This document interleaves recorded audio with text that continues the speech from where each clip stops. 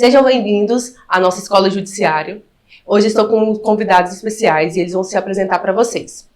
Olá, meu nome é Decildo Ferreira Lopes, eu sou juiz de direito no estado de Goiás e atualmente coordenador do Núcleo de Justiça Restaurativa do Tribunal de Justiça.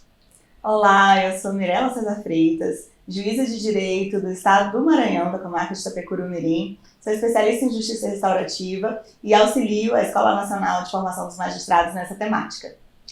Hoje estamos tendo aqui na Escola Judiciário a etapa prática do curso Aprofundamento Prático em Justiça Restaurativa. Doutor, qual o objetivo dessa formação aqui na Escola Judiciário? O objetivo dessa formação continuada é garantir que a gente sempre esteja aprendendo mais sobre justiça restaurativa. A experiência tem demonstrado para a gente que os efeitos de uma prática restaurativa, eles têm um certo limite se a prática não continuar viva naquele ambiente. Por exemplo, a gente estava agora vivenciando uma experiência, colhendo um depoimento de uma mulher aprisionada. Ela teve a oportunidade de falar para a gente como é que é a experiência dela, o que é ser uma mulher aprisionada e ter a oportunidade de participar da justiça restaurativa. E uma das coisas que fez parte do depoimento dela é a importância de que as práticas restaurativas sejam constantes, porque se acontecer em um determinado período e deixar de acontecer, ao longo do tempo pode acontecer que tudo aquilo que a gente conseguiu ganhar de benefícios vá se perdendo ao longo do tempo. A mesma coisa acontece com a formação dos nossos servidores. A gente fez uma primeira formação e é necessário que a gente dê continuidade para que o assunto continue sendo discutido, para que a gente consiga aprofundar nos temas, para que a justiça restaurativa não só continue viva no âmbito do Poder Judiciário do Estado de Goiás, mas que a gente consiga sempre aprender mais. E a formação continuada, ela é somente para os servidores ou também serve para os magistrados que tiverem interesse? A justiça restaurativa ela não é apenas para servidor, ela não é apenas para facilitador. Todos os atores do sistema de justiça, juízes, servidores, escreventes, oficiais de justiça, todas essas pessoas podem aprender com a justiça restaurativa. A nossa esperança, a nossa expectativa é que, à medida que o ideal restaurativo ele é assimilado, nós começamos a querer desenvolver novas competências para buscar entregar a prestação jurisdicional de uma forma diferente, de uma forma mais atenta às reais necessidades que buscam a justiça. E o curso, ele é voltado à justiça restaurativa na justiça criminal? Esse curso, em especial, ele tem o objetivo de aprofundar as técnicas dos facilitadores, dos nossos servidores, juízes e servidores que atuam como facilitadores de justiça restaurativa. E essa aplicação ela pode acontecer em qualquer dos espaços de atuação do Poder Judiciário. Hoje, especialmente, nós temos aqui a doutora Mirela, e ela é uma juíza da execução penal, não é isso, Mirela? E se tornou bastante conhecida no Brasil em virtude da aplicação da justiça restaurativa no âmbito da execução penal no espaço criminal. Então, por causa disso, eu vou deixar de falar e vou passar a pergunta para a doutora Mirela para que ela fale um pouco da experiência dela, do que traz aqui em Goiás. Obrigada a todos, obrigada, Decildo. Na verdade, esse curso ele é uma oportunidade da gente fazer uma troca qualificada entre pares. Os facilitadores são aquelas pessoas que lidam diretamente com as pessoas que sofrem os danos, são as pessoas que têm contato direto com quem tem trauma, com as feridas emocionais que o crime, ou mesmo que todas as injustiças que acontecem no nosso país, resvalam. Então, normalmente, as pessoas que escutam todos os dias relatos tristes e que têm contato com essas situações, essas pessoas também são impactadas. Então, esse curso ele é um espaço estruturado para uma troca entre facilitadores, pensando de cuidar de quem cuida, ouvir de quem ouve todos os dias. Então, por isso é muito importante a gente ter esse espaço de compartilhamento e de aprofundamento para que os facilitadores do estado de Goiás e todos os facilitadores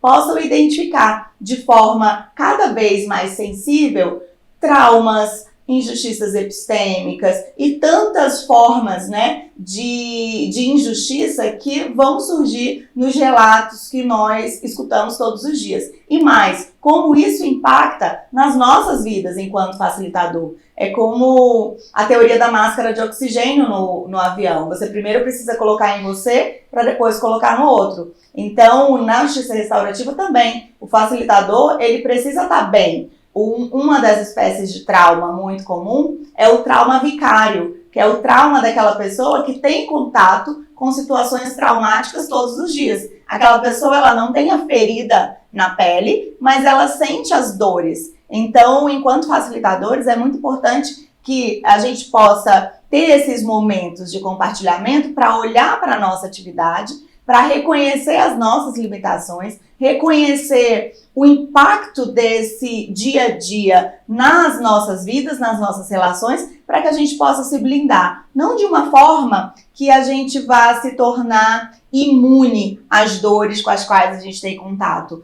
mas de uma forma que a gente não leve isso para nos prejudicar e possa continuar com a função de facilitador durante muitos anos, mas, acima de tudo, reconhecendo os sinais de trauma, os sinais das injustiças, para que possa fazer os melhores encaminhamentos. Acho que o grande segredo, né, e a grande importância da justiça restaurativa, que muita gente fala como se fosse uma novidade, mas que a gente sabe que ela é ancestral, que ela é milenar, que ela é a justiça dos nossos povos originários, é justamente não só responder ao conflito, mas compreender o conflito desde as suas raízes. Você consegue vislumbrar a diferença de um magistrado, de um servidor da justiça criminal, no atendimento, por exemplo, a uma vítima que sofreu trauma? É diferente? Há alguma diferença no olhar do servidor, seja juiz ou escrevente, escrivão? Há alguma diferença no olhar quando a pessoa já assimilou a justiça restaurativa? É super importante essa tua pergunta, porque conhecer a justiça restaurativa não quer dizer que você vai ser um facilitador. Então, há muitos colegas, juízes, e há uma certa resistência. Não, eu não quero fazer curso de justiça restaurativa porque eu não acho correto o juiz ser facilitador.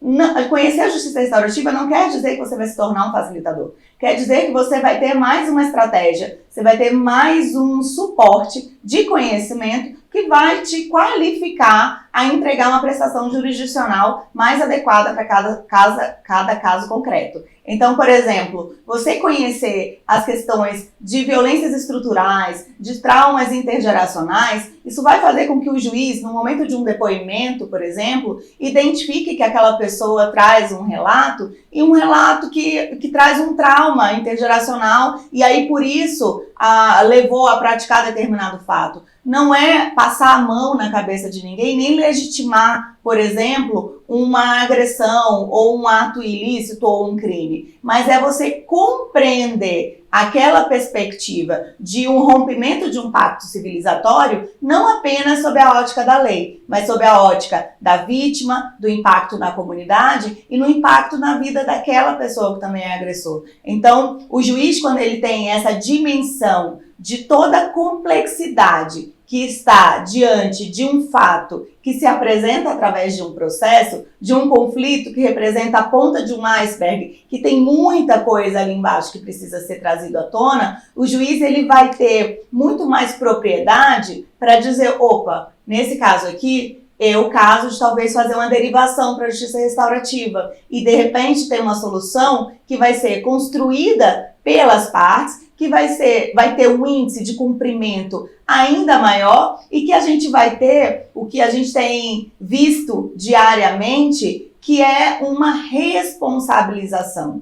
A Elizabeth Elliot, que é uma criminóloga canadense, ela faz uma diferença entre punição e responsabilização. Nós estamos punindo pessoas. Nós, enquanto juízes, nós sentenciamos e mandamos as pessoas para as unidades prisionais, no caso dos criminais e das penas privativas de liberdade. Mas essas pessoas, elas se sentem responsáveis por esses atos? E é essa a virada de chave que faz com que essa pessoa não cometa novos crimes, não pratique novos fatos. E os nossos estudos indicam que não. Essas pessoas, elas estão sendo punidas, elas cumprem uma pena e elas não se sentem responsáveis por aqueles fatos pelos quais elas foram condenadas. Então, enquanto a punição é esse movimento externo, a responsabilização é um movimento interno. E é a responsabilização que vai fazer com que a pessoa tenha consciência dos danos que ela praticou, dos impactos para a família da vítima, para a comunidade, para a sua vida, para a sua família, e vai impedir que ela reincida. Mirela, eu escutei o que você falou há pouco e uma coisa que ficou bastante clara para mim foi a forma como você compreende, pelo menos é o que eu extraio da sua fala, a forma como você compreende que deve ser a nossa abordagem enquanto representantes da justiça restaurativa, como deve ser a nossa abordagem aos colegas, aos juízes, aos promotores, aos atores da justiça criminal. Pelo que eu extraí do que você falou, não é como se a gente quisesse propor que a pessoa deixasse de ser juiz de uma hora para outra e virasse facilitador de justiça restaurativa. Não é uma proposta que chega para que o juiz transforme, por exemplo, a audiência de instrução e julgamento em um processo restaurativo. Você concorda com essa? É exatamente isso. A justiça restaurativa, ela é mais uma estratégia, mais uma possibilidade da gente requalificar a nossa política criminal, o nosso direito penal, para atender às necessidades da vítima, dos envolvidos, do agressor, da comunidade. Só que como eu posso ressignificar isso se os juízes não tiverem cientes de que eles têm esse poder? Então, essa ferramenta, ela tem que ser uma ferramenta que está disponível a todos e que não precisa usar somente na facilitação. Para que um juiz compreenda que está diante de um caso que possa ser derivado para a justiça restaurativa, ele precisa entender, primeiro, que o nosso sistema tradicional ele não resolve todos os casos. Então, a gente tem alternativas. A justiça restaurativa não tem a intenção de substituir o sistema tradicional de forma alguma, mas ela é uma alternativa que, para alguns casos, ela é muito viável e ela traz resultados muito satisfatórios. E hoje, nós já temos lastro científico, já temos estatísticas que comprovam o potencial transformador da justiça restaurativa, mas a gente ainda precisa minimizar essas resistências dentro do nosso sistema de justiça para que o máximo de pessoas conheçam a estrutura da justiça restaurativa e as possibilidades e todos os vieses, né? Todas as possibilidades de utilização dela. Doutora, a senhora já percebeu um certo preconceito ou resistência sobre a justiça restaurativa, sobre estar atuando como facilitadores no judiciário? Muita resistência, e a gente percebe que a resistência, na grande maioria das vezes, vem da ausência de conhecimento. Muita gente entende justiça restaurativa como abraçar, como perdoar, como reconciliar, ou como passar a mão na cabeça de quem cometeu o crime. Na verdade, a justiça restaurativa, e aí eu escutei isso dentro do sistema prisional, ela é até muito mais violenta no sentido emocional do que receber uma sentença em si. Porque ela te descortina uma realidade de que você não é uma pessoa tão boa, que o fato que você praticou, ele impactou negativamente na vida da vítima, ele transformou a vida da vítima, ele fez com que uma mãe chorasse pro resto da vida a falta de um filho. Então, a partir do momento que o cidadão que comete um crime, ele tem a consciência do impacto e ele tem a noção da responsabilidade que ele vai carregar, isso é muito mais forte do que simplesmente ele ir para um presídio, ficar esperando a hora de comer lá o almoço e passar um tempinho e ficar ali amargurando e desenvolvendo um sentimento como se ele fosse uma vítima da sociedade. Porque, eu pratiquei um fato tido como criminoso, mas o Estado está violando diversos direitos meus. Então, muitos saem na condição ainda de credores do Estado. E quando na justiça restaurativa a gente vê que essas pessoas se veem como devedoras e se veem na obrigação de reparar os danos, de se tornar pessoas melhores, para poder a gente ter uma sociedade em que a gente não tenha tantas pessoas chorando, tantas mães chorando, tantos filhos chorando e tantas pessoas sofrendo em razão do estado de coisas que a gente vive atualmente. E aproveitando o ensejo, eu queria conhecer um pouco mais e ouvir de você sobre o que a gente ouviu ontem na reunião, sobre o projeto que vocês fazem no curso do processo, identificam a possibilidade de fazer a derivação para a justiça restaurativa e fazem essa derivação, como isso é recebido pelas pessoas e depois pelo juiz quando volta com o acordo restaurativo. A efetiva aplicação da justiça restaurativa ao longo de todo o processo criminal sempre foi um grande desafio para a gente aqui. A gente buscava responder as perguntas como aplicar a justiça restaurativa, em que momentos do processo a gente aplicaria a justiça restaurativa, e ao longo dos últimos 3 anos a gente foi realizando testes, a gente foi desenvolvendo cursos, a gente foi tentando aplicar na prática, e hoje nós temos sim um programa de justiça restaurativa que pode ser aplicado em qualquer fase do processo, ou mesmo antes que aquilo se torne um processo criminal.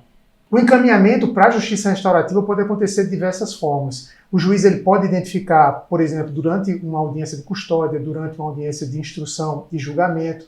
É possível, e é realmente onde mais tem acontecido, naqueles espaços processuais onde já existe uma possibilidade de algum tipo de negociação, como, por exemplo, a transação penal e a suspensão condicional do processo. Nesses espaços, o que nós temos visto é a possibilidade de encaminhar a construção desse acordo para a justiça restaurativa, para que lá o acordo possa ser tentado mais sob a influência dos valores e princípios da justiça restaurativa. O que a gente tem percebido é que nesse formato nós damos mais voz às pessoas diretamente impactadas pelo fato, tanto a vítima quanto ofensores e sua rede de apoio, familiares, pessoas mais próximas. O que a gente tem percebido é que quando o acordo, quando a solução é construída diretamente pelas pessoas impactadas, elevam-se as possibilidades e as chances de que aquilo seja cumprido e que a gente consiga, a partir desse resultado, ter maiores expectativas de uma pacificação social.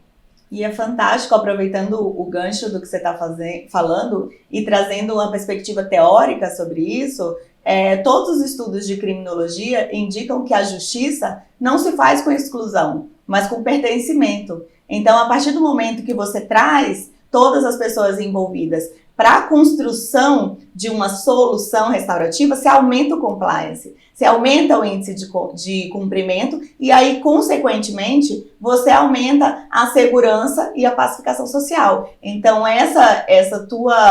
esse teu relato, ele encontra um respaldo científico muito forte nos estudos feitos no Canadá, nos Estados Unidos, na Nova Zelândia, com a correlação entre segurança, pacificação e pertencimento e participação. Doutor, o senhor citou por aí que vocês também valorizam, né, e também tem um olhar para a família. Como que é essa parte da justiça restaurativa com a família, tanto do agressor e tanto com a vítima?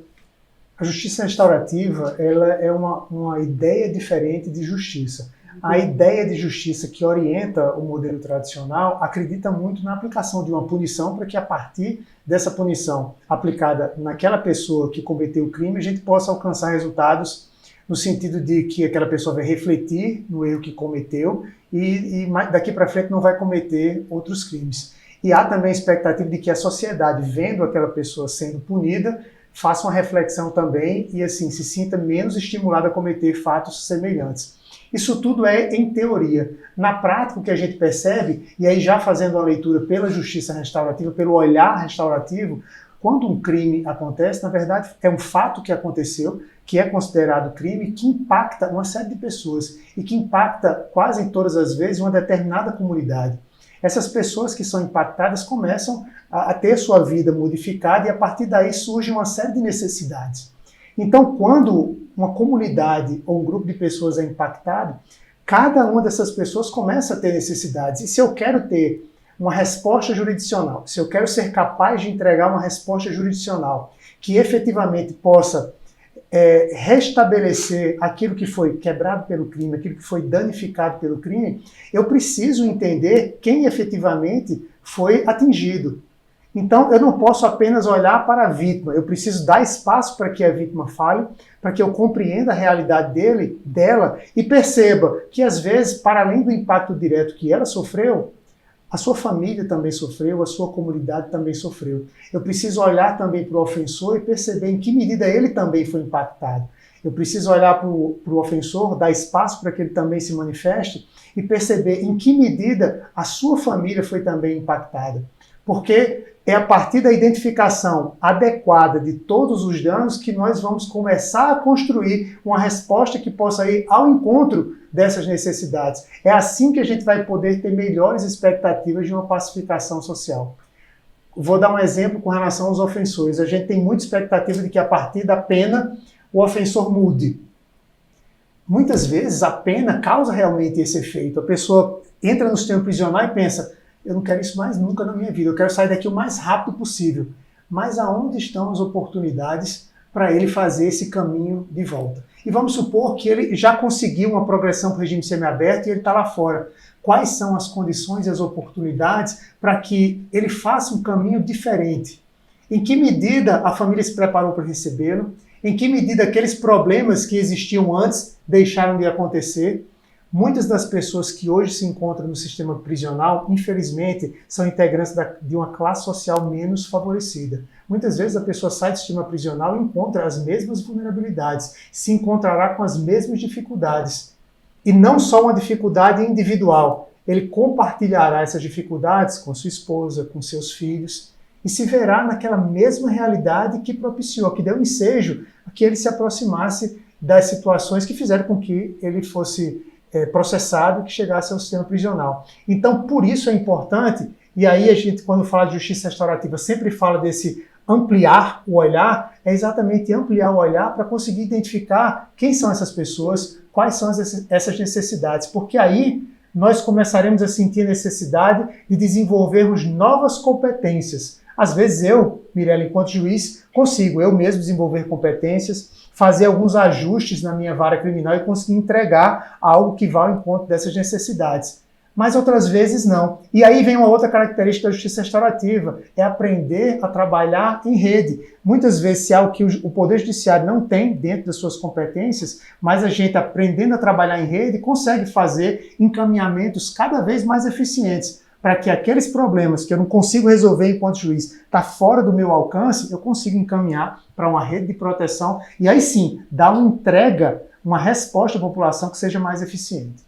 Nossa, acho que dessa tua fala a gente consegue extrair coisas muito importantes. Da tua pergunta, uma das críticas à justiça restaurativa e uma crítica mesmo ignorante, assim, de quem não conhece e de quem ignora a existência da ciência, é a questão, não, a justiça restaurativa vai colocar a vítima na frente do ofensor. A justiça restaurativa vai criar uma possibilidade de revitimizar, porque vai colocar o ofensor e a vítima e tem que abraçar no final e tem que chorar no final.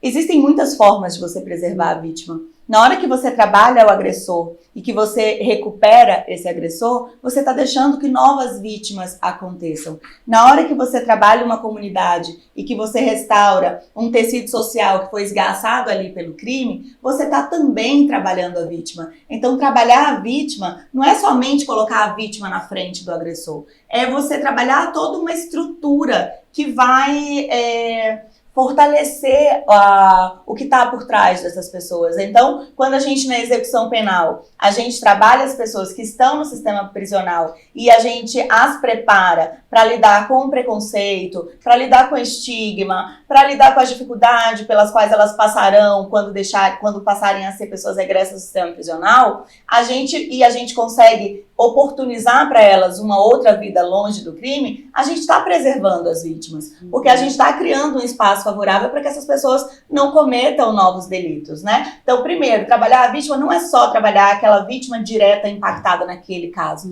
é trabalhar e evitar para que outras pessoas venham a ser vítimas. E o Decildo, quando falou essa questão da parceria, eu lembrei muito de uma aula que eu tive na Nova Zelândia, que o professor falava assim, para a gente fazer justiça, a gente precisa de 3 Hs em inglês. O primeiro H é de head, a gente precisa de ciência, a gente precisa de método, a gente precisa de estudo, mas eu posso ser a melhor cientista, eu posso conhecer tudo de direito. Se eu não tiver um outro H, que é de heart, eu não vou fazer justiça. Porque eu preciso ter sensibilidade para entender qual é o real conflito que está ali por trás daquele processo. O processo ele é só uma manifestação, ele é um sintoma. Mas eu tenho um conflito que está ali por trás. Então para fazer justiça, eu preciso ter ciência, eu preciso conhecer o direito, mas eu também preciso ter sensibilidade para entender o que há por trás dos autos. Mas ainda que eu tenha estudo, tenha head, e que eu tenha heart, tenha sensibilidade, se eu não tiver hands, eu não vou fazer justiça. Se eu não souber atuar em rede, se eu não firmar parcerias, se eu não sair do meu gabinete e conseguir reconhecer a importância de outros saberes, como do serviço social, da psicologia e de todos os outros saberes que estão ali diretamente relacionados ao sistema de justiça e às ciências humanas, eu não vou fazer justiça. Então, o que você trouxe é isso. A gente precisa ter ciência, a gente precisa estar estudando, estar em aperfeiçoamento contínuo, a gente precisa lembrar que a gente é ser humano e a gente precisa olhar para outra pessoa, como Jung diz, apenas como uma outra alma humana, sendo sensível, mas, sobretudo, a gente tem que sair dos nossos castelos, dar as mãos e trabalhar em conjunto com outras pessoas, com outras ciências, com outras instituições, porque aí sim a gente vai ter capilaridade para conseguir transformar a realidade que a gente vive. Você falou da nossa relação, o exemplo que você deu foi da nossa relação com as vítimas. E aí eu vou aproveitar para dar um depoimento meu de uma competência que eu aprendi a desenvolver depois que eu me aproximei da justiça restaurativa e comecei a estudar mais e me esforçar para aplicar a justiça restaurativa no dia a dia. Com relação às vítimas, é muito comum, na justiça criminal, por exemplo, que a gente trate a vítima como se fosse uma testemunha. A gente ouve a vítima para extrair dela aquilo que é necessário para eu julgar o processo, ou seja, em que medida a vítima me ajuda a ter certeza se a pessoa acusada foi quem cometeu o crime. Quais relatos a respeito do fato que está sendo julgado a vítima pode trazer para mim. Muitas vezes, a forma como a vítima foi, na prática, impactada, a gente não escuta, a gente não dá espaço para que a vítima fale. Tem horas que eu falo, eu brinco com informações de justiça restaurativa, é comum que a gente explica o que vai acontecer e dá a palavra para a vítima e pergunta, a senhora pode contar, ou o senhor pode contar como é que aconteceu? E aí a vítima fala assim, doutor, eu posso contar do começo? E aí por dentro a gente pensa assim, nossa, será que esse começo vai ser muito longe? Porque se for muito para trás, a gente tem outras audiências e vai terminar atrapalhando a pauta. E não raras vezes, eu terminava educadamente interrompendo a vítima, ele ou ela, dizia, minha senhora, desculpa interromper, mas a senhora pode, vamos acelerar um pouquinho para a data dos fatos. Quando a gente faz isso, a gente termina, ao invés de dar voz e dar protagonismo à vítima, a gente termina silenciando. Então eu acho que uma competência que eu aprendi a desenvolver é ouvir a vítima. Muitas vezes eu faço isso não no momento da instrução e julgamento, mas encaminhando as vítimas para a justiça restaurativa.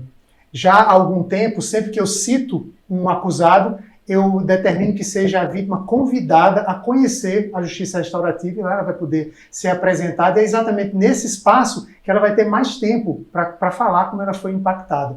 E aí a gente começa a descobrir uma série de necessidades que muitas vezes nunca passariam na nossa cabeça. Vou dar um exemplo bem claro para não utilizar a minha experiência própria, mas algo que foi noticiado na mídia brasileira, passou no Fantástico, não foi há muito tempo, a mãe de uma criança que foi agredida na escola, a criança, salvo engano, era autista e estava num treino de esportes e o professor, em razão do comportamento do menino, deu uma rasteira nele. Aí essa mãe ela foi entrevistada e ela fez referência à participação dela na audiência judicial. A audiência judicial correu da forma como a gente está acostumado a testemunhar. O defensor ele teve a oportunidade, ele orientou o cliente, e aí o depoimento, a fala dessa mãe foi marcante para mim quando eu assisti, porque ela, falando com o repórter, ela dizia, ele ficou ali calado, ele não disse isso, ele teve a coragem de dizer que aplicou uma técnica de contenção no meu filho. E aí, logo em seguida, foi quando ela falou, eu queria perguntar para ele, como é que você contém uma criança fazendo o que você fez? E aí depois ela disse, como é que você faz uma coisa dessa com meu filho? Então, da fala dela, a gente percebe que ela tinha necessidade de se dirigir para ele. Ela tinha necessidade de ouvir alguma coisa dele. O processo judicial não permitiu que isso acontecesse. Eu quero crer que nesse caso, como ela participou do Fantástico e conseguiu falar para o Brasil inteiro, talvez isso tenha aliviado de alguma forma. Mas o que eu percebo é que na grande maioria dos processos, a gente termina deixando as pessoas voltarem para casa com uma série de angústias, com uma série de perguntas e dúvidas que sabe Deus por quanto tempo vão ficar nessa pessoa. Esses são os impactos do crime que a justiça criminal não tem conseguido alcançar. E a justiça restaurativa, por sua vez, tem soluções que, na grande maioria dos casos, de acordo com a minha experiência, a gente consegue sim abordar e dar uma oportunidade para a vítima falar e se sentir empoderada. E Decildo, e do outro lado da moeda? Também não é raro, às vezes, a gente está numa audiência de instrução criminal e quando termina, ou o réu fala, mas eu queria ter pedido desculpa. Eu queria ter dito o porquê que eu fiz aquilo. Eu queria ter dito que eu não estava bem. Eu queria ter dito que eu estava passando por uma situação difícil. Não que aquilo vá diminuir a pena, ou que aquilo vai impactar, ou que ele vai ser absolvido, mas porque aquilo vai ser importante para ele. Então, a gente precisa reconhecer que o nosso sistema tradicional, ele tem limitações. E ele não atende todas as necessidades humanas que estão ali, né? Como você bem falou, as declarações da vítima no nosso sistema, elas são meio de prova. E meio de prova não serve para satisfazer a necessidade humana. Então, a gente precisa encontrar estratégias. E aí, diante da pressão pelos números, diante da quantidade de audiência, nós, juízes, não temos como fazer isso. E não temos, muitos de nós, não tem também, e nem quer ter a possibilidade ou a qualificação para fazer isso. E é justo que não tenha, mas que tenha o conhecimento e a possibilidade de derivar, como você faz, para que alguém faça. Então, ok, eu, juíza, não tenho como estar a manhã inteira escutando a situação da vítima, as necessidades da vítima, mas tem quem possa fazer isso, tem quem tenha qualificação técnica para fazer isso. E eu, como juíza, posso identificar que ali existe uma necessidade não atendida e posso fazer o correto encaminhamento. E aí também não é raro, de outro lado, terminar a audiência, a vítima ficar esperando e chegar e dizer assim, ok, doutor, ele foi condenado, mas e minha bicicleta? Eu vim aqui, eu só queria minha bicicleta. Eu não quero saber se ele vai ser preso, se ele não vai ser preso. Eu só queria saber como é que eu vou ter minha bicicleta de volta. E o processo penal não tem uma resposta adequada para aquela necessidade. Então, a gente precisa olhar para a nossa estrutura, né, de política criminal e penitenciária e fazer a reorganização, colocando as necessidades humanas no centro da nossa política criminal e não a necessidade do processo, a necessidade de entregar uma resposta, porque responder a um conflito não é suficiente. A gente precisa compreender o conflito e tratá-lo. Você fez a inversão, falou do ofensor, aí eu pensei num negócio engraçado, acontece realmente comigo direto. Com a tecnologia agora, eu estou fazendo a audiência do fórum, mas sou só eu e a minha secretária. O promotor, os advogados, normalmente eles ficam do escritório mesmo. E aí é muito comum, já deve ter acontecido comigo mais de 10 vezes. A audiência acaba, o Zoom para a gravação, mas o Zoom continua gravando. Aí daqui a pouco ele fala aquilo lá, mas eu queria pedir desculpa e saiu. E eu penso, por que você não falou isso antes? Só que quando eu saio da minha sala até a sala de audiência, o homem já saiu. Eu ponho a secretária para correr atrás dele. Esse Marcata busca o homem. Porque essa manifestação de arrependimento, de senso de responsabilidade, é um dos indícios que faz com que eu encaminhe os casos para a justiça restaurativa. Então eu peço para correr atrás, busco esse cara e eu certifico. Aquilo que você falou quando estava saindo, me fale mais um pouco sobre isso. E se a gente confirma que há esse interesse, aí eu pergunto para ele, tem uma sala aqui no fórum que trata essa sua questão exatamente da forma como você propôs. Você tem interesse de ir lá conversar com o pessoal? Então, muitos dos encaminhamentos acontecem realmente dessa forma. Agora imagina se a gente tem a justiça, de um modo geral, aberta a essas possibilidades, eu tenho certeza que, assim como aconteceu com você, como acontece comigo todos os dias, certamente acontece com vários outros magistrados, e aí a gente consegue ampliar as possibilidades de encaminhamento dos ofensores, inclusive. Doutor, aproveitando, né, que a doutora citou a situação quando acontece algo dentro do próprio júri, né, que a pessoa fica se questionando sobre, eu quero a minha bicicleta. Voltando a essa fala dela, vocês também têm, são convidados os adolescentes para os círculos de restaurativo? Porque quando é voltado para criança e adolescente, vem aquele questionamento, por que comigo, né? Por que aquela pessoa fez isso comigo? Vocês têm algum projeto, algo dentro da justiça restaurativa que inclua as crianças e os adolescentes ou somente a faixa adulta? A justiça restaurativa ela é aplicável em todos os espaços onde há atuação do Poder Judiciário. O exemplo que você deu acontece nas varas da infância e juventude, no âmbito do ato infracional. Então, sim, tudo isso que a gente está conversando aqui, é lógico que a gente deu exemplos de atuação com adultos, mas tudo isso se replica para a aplicação no âmbito das varas da infância e juventude. E, na verdade, Fernanda, o que a gente está falando aqui sobre justiça criminal é algo mais recente até na nossa experiência no Brasil, porque tudo começou lá atrás nas varas da infância e juventude. E o que eu comecei aqui em Goiás, a Mirela começou lá no Maranhão, foi fazer um direcionamento da justiça restaurativa, uma aproximação da justiça criminal. Então, a percepção que você tem quanto a essa necessidade, ela é perfeita, e é algo, sim, que já existe. Então, toda a nossa conversa... São convidados para círculos restaurativos, a família... Todas as pessoas, de alguma forma, envolvidas em algum conflito, têm no Poder Judiciário brasileiro a oportunidade de discutir esse seu problema, para usar uma linguagem que todos possam compreender. Todas as partes, de qualquer processo judicial no Brasil, têm a possibilidade de solicitar. Eu ouvi falar sobre justiça restaurativa, eu gostaria de ter a oportunidade de discutir esse meu problema, essa minha situação, essa minha lide lá na justiça restaurativa. Existem alguns países que traduzem justiça restaurativa para justiça relacional. Então, a justiça relacional quer dizer que ela pode ser aplicada em todo tipo de relação humana.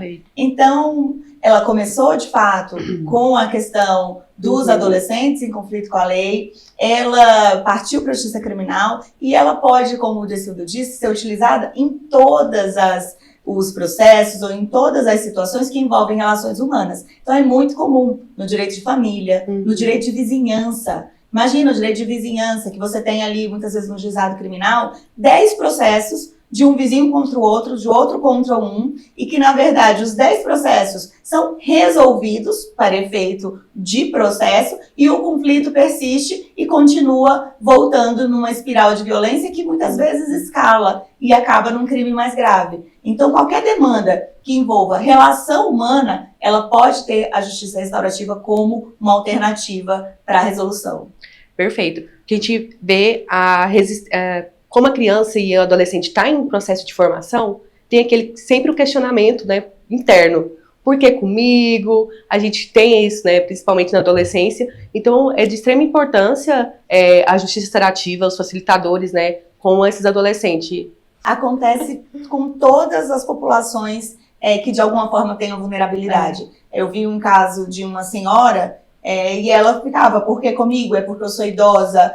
Por que comigo? É porque eu estou numa situação de vulnerabilidade social, vulnerabilidade econômica. Então, por que comigo? Porque eu sou mulher. Ele só fez isso comigo porque eu sou mulher. Se fosse um homem, ele não assaltaria. Então, a gente precisa... E aí, você precisa ouvir do agressor. Sim. A resposta. Por que comigo? E aí, de repente, olha, porque você foi a primeira pessoa que apareceu. E aquilo ali tira um monte de ideia pré-concebida que foi capaz de tirar totalmente o teu senso de segurança de poder sair de casa ou de poder ficar em casa. Se eu acho que aconteceu comigo porque eu sou mulher, então eu não quero mais sair na rua. Não quero mais ir a lugar nenhum, porque pode acontecer de novo. E aí, quando eu descubro que aconteceu comigo, porque eu era a primeira pessoa que estava passando, então aquilo me devolve o meu senso de segurança. Senso de segurança, vê que a gente fala muito em necessidade, se entregar uma justiça mais atenta às reais necessidades, uma necessidade que está sempre presente em vítimas, por exemplo, de assalto, sem poder sentir-se seguro novamente. E aí, a Mirella deu recentemente o exemplo de uma bicicleta, que foi o objeto do crime. Muitas vezes a pessoa quer a bicicleta de volta, na maioria das vezes, mas o senso de segurança, poder se sentir seguro, é algo que quase todas elas querem também e não é abordado. Então, eu fico feliz de a gente ter abordado isso agora, porque a gente consegue colocar em palavras aquilo que a gente fala muitas vezes de forma técnica. E outra, as necessidades, a identificação de necessidades. à luz da justiça restaurativa, é algo que fica muito ao encargo da própria vítima. A gente deixa de fazer, diferente do que a gente faz na justiça ordinária, a gente presume o que é necessário para o jurisdicionário. A gente entrega aquilo dentro das possibilidades que a gente tem na lei. Muito do que seria importante para a vítima, ela ou não tem a oportunidade de falar, ou a gente não se aparelhou o suficiente para entregar. Esse é um outro ganho da justiça restaurativa. Permitir que a gente aprenda a ouvir e identificar, a partir do relato das vítimas, o que é importante para elas. E muitas vezes a gente consegue entregar uma solução que não deixa ninguém feliz. Que não é a solução que satisfaz nem a necessidade do agressor, nem a da vítima e nem a da comunidade. Então, o nosso sistema, ele acaba propiciando que a gente dê soluções que são soluções que não levam em conta o interesse de ninguém que está ali diretamente relacionado ou que vai ser impactado por essa decisão. Doutora, percebemos que a senhora é uma grande leitora da justiça restaurativa, né, da parte criminal. A senhora poderia citar uns 2 livros para nosso aprimoramento? Bom, eu acho que dois livros assim, que vieram à minha mente muito rápido. O livro A Cura do Trauma, da Caroline Yoder, que explica justamente como todos esses traumas intergeracionais, como a escravidão, como o Holocausto e essas grandes catástrofes humanas impactam na nossa vida hoje e vem nos relatos que nós recebemos na justiça restaurativa e nas ambiências criminais. Então, acho que A Cura do Trauma, da Caroline Yoder, Injustiça Epistêmica, da Miranda Fricker, e acredito que Segurança e Cuidado, Sociedades Saudáveis, que é da criminóloga canadense Elizabeth Elliot. Perfeito. Eu vou aderir a esse conhecimento. Com poucas palavras, descreve pra gente a importância dessa formação continuada, da formação inicial em justiça restaurativa. Fernanda, eu vou responder para você e também para toda a audiência da EJUB. A justiça restaurativa, ela desenterra aquilo que o sistema planta lentamente. Para saber o que isso significa, eu convido vocês a assistirem esse podcast, essa minha conversa com a Fernanda e com a Mirella. Muito obrigada, doutora Mirella. Muito obrigada, doutor Decildo. E convido vocês, mais uma vez, para estar fazendo a formação continuada e formação inicial com a gente aqui da Escola Judiciária.